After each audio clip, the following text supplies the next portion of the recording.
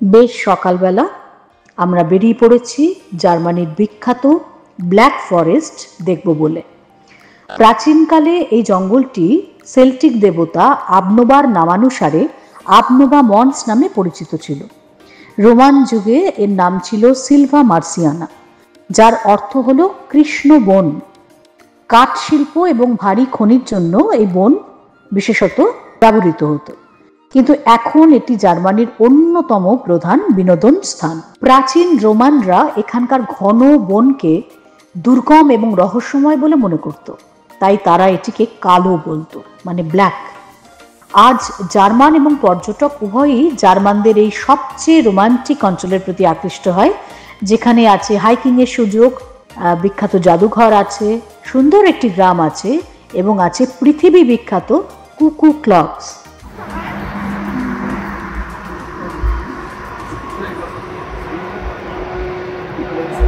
আমরা এখন ওয়ার্ল্ডের বিখ্যাত একটি জায়গায় দাঁড়িয়ে আছি, ব্ল্যাক ফরেস্টের মধ্যে, ওয়ার্ল্ড ফেমাস কুকু ক্লক, এবং এটা হচ্ছে কুকু ক্লকের বার্থ প্লেস, কুকু ক্লকস হাউস।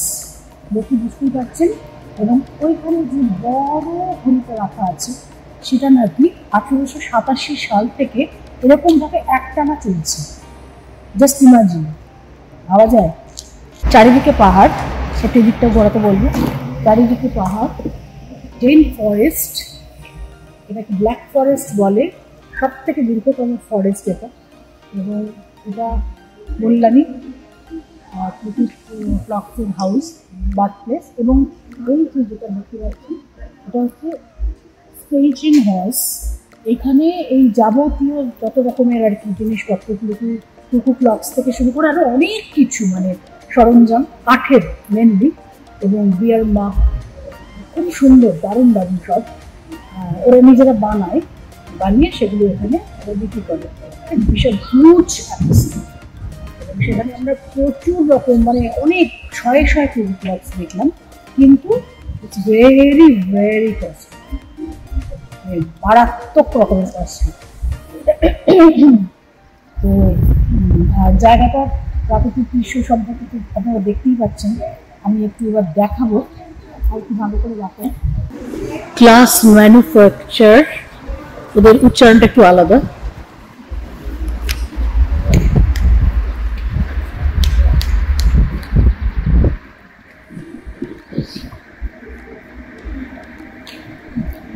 এখানে সমস্ত গ্লাসের আইটেম, অনেক কিছু, প্রচুর জিনিসপত্র আছে। আমি এখান থেকে একটু দেখিয়ে দিই। এই যে সব, কিন্তু এগুলো ইন্ডিয়ায় নিয়ে যাওয়াটা খুব প্রবলেম, মুশকিল। দেখলেই তো কিনতে ইচ্ছে করছে, কিন্তু সেটা তো সম্ভব নয়। যদি ভেঙে যায় ফ্লাইটে, সেটাই ভয় লাগছে। তো অসম্ভব ভালো ভালো সব জিনিস আছে, কত রকমের সব জিনিস।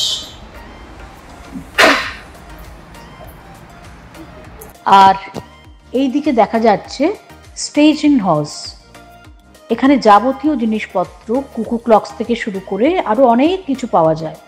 আর্টের জিনিস মেনলি, খুব সুন্দর সুন্দর দারুণ দারুণ সব ওরা নিজেরা বানিয়ে এখানে বিক্রি করে।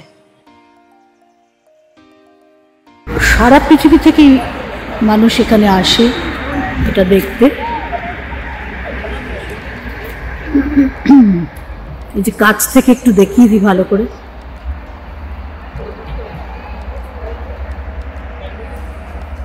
ওই পিকচার পোস্টকার্ড পাওয়া যেত আগে, এটা কিন্তু আমরা অনেকবার দেখেছি। আজকে সেই জায়গায় এসে দাঁড়িয়েছি, অসম্ভব ভালো লাগছে, একটা রোমাঞ্চকর একটা অনুভূতি।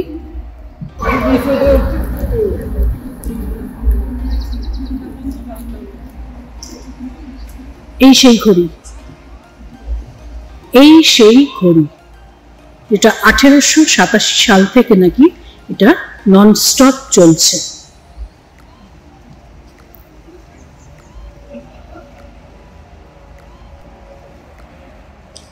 In the Black Forest, we have roughly 35 to 40 families who work on these clocks, and everybody has a different job. Some they're responsible for carving out this front decoration, some they will carve out the top decoration, and some they build this wooden casing. And the wood we use is linden wood, which is quite soft in nature and needs to be dried for 4 years before they start carving it out. And carving is done till date using these traditional chisels. Once everything has been carved out, the assemblage takes place. So first, the house that was built, the casing that is taken, then the front decoration is placed like this, and then at the very end, we place our top decoration. And this is how we have a simple cuckoo clock.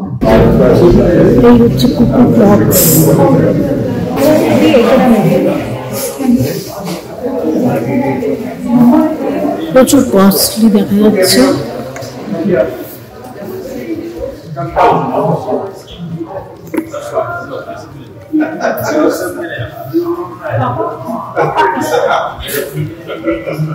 এই যে কুকু bird এগুলো বেরিয়ে আসে, বেরিয়ে এসে কুকু করে ডাকে। দক্ষিণ পশ্চিম জার্মানির ব্ল্যাক ফরেস্টের কৃষকরা কাঠ দিয়ে একটি ঘড়ি তৈরি করেছিলেন যেখানে কোকিল পাখির ডাক ছিল, তাই এই কোকিল ঘড়ির জন্ম হয়েছিল, যাকে ইংলিশে বলে কুকু ক্লকস। শতাব্দী পরেও বিখ্যাত কোকিল ঘড়িটি বিশ্বের অসংখ্য দেশের ঘরে ঘরে সমাদৃত। হিউজ আর্টিস্টিক জায়গা। এখানে আমরা প্রচুর কুকু ক্লকস দেখলাম, কিন্তু ইটস ভেরি ভেরি কস্টলি, মানে মারাত্মক রকমের। আমি তো মানে 1.5 লাখ থেকেও কুকু ক্লকস দেখেছি, 5.5 লাখ অবধিও আমি কুকু ক্লকস দেখেছি। আর এই যে এখানে ঠিক মনে হচ্ছে আলাদিনের আশ্চর্য প্রদীপের সেই বোতলটা যেখানে দৈত্য ভরা ছিল, ওরকম ধরনের আর কি। কি সুন্দর সুন্দর সব মাগ বিক্রি হচ্ছে, অপূর্ব। কোথাও ওই যে শেয়ালের মুখ দেওয়া, কোথায় কত সুন্দর, মানে অনেক কিছু গল্প দেওয়া, গল্প সব গাঁথা আর কি এগুলোর মধ্যে। এত সুন্দর লাগছে দেখতে, এত ভালো লাগছে, কিন্তু এগুলো ভীষণ কস্টলি। আর অত দূর থেকে আনা তো ভেঙে যাওয়ার সম্ভাবনাও আছে।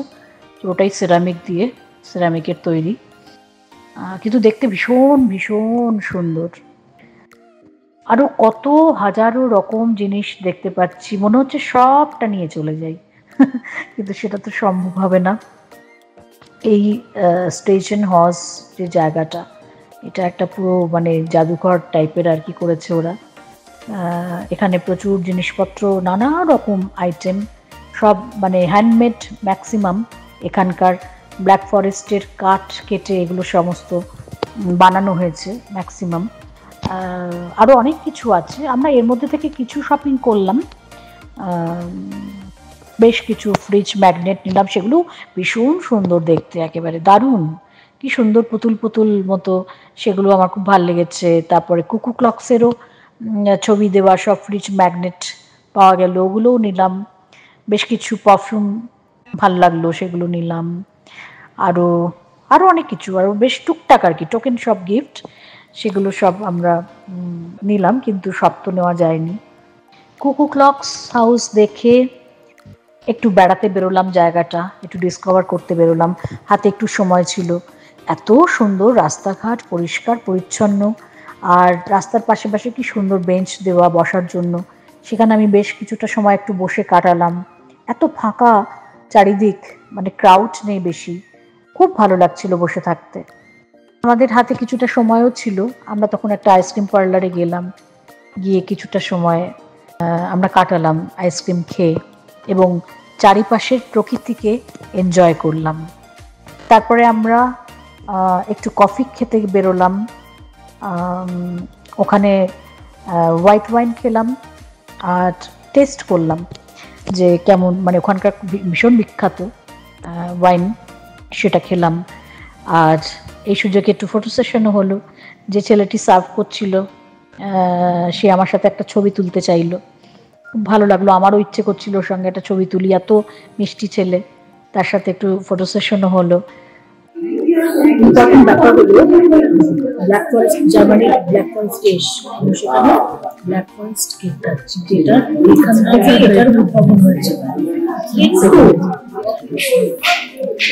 কেকটা মোটেই কিন্তু ভালো লাগছে খেতে, কলকাতায় একটা ব্ল্যাক ফরেস্ট কেক অনেক ভালো, অথচ এখানে এই ব্ল্যাক ফরেস্ট কেকের নাকি উৎপত্তি, এরাই প্রথম বানায়। টেস্ট কিন্তু আমাদের মতো, আমাদের ব্ল্যাক ফরেস্ট কেক অনেক অনেক ভালো। শুভার্টস-ওয়াল্টার কির্শটোর্তে, যার আক্ষরিক অর্থ হল ব্ল্যাক ফরেস্ট চেরি কেক। এটি ব্ল্যাক ফরেস্টের সবচেয়ে বিখ্যাত মিষ্টির খাবার। ক্লাসিক ব্ল্যাক ফরেস্ট কেকের রেসিপি 1915 সালে একজন জার্মান পেস্ট্রি শেফ জোসেফ কেলার, যার নাম, এটা তৈরি করেছিলেন, যিনি ক্রিম, চেরি এবং চকোলেটের বিভিন্ন উপাদানগুলিকে একত্রিত করে একটি নতুন প্যাটিসারি তৈরি করেছিলেন, যা ওখানকার ভাষায় শুভার্টস-ওয়াল্টার কির্শটোর্তে নামেও পরিচিত, এই ব্ল্যাক ফরেস্ট কেক।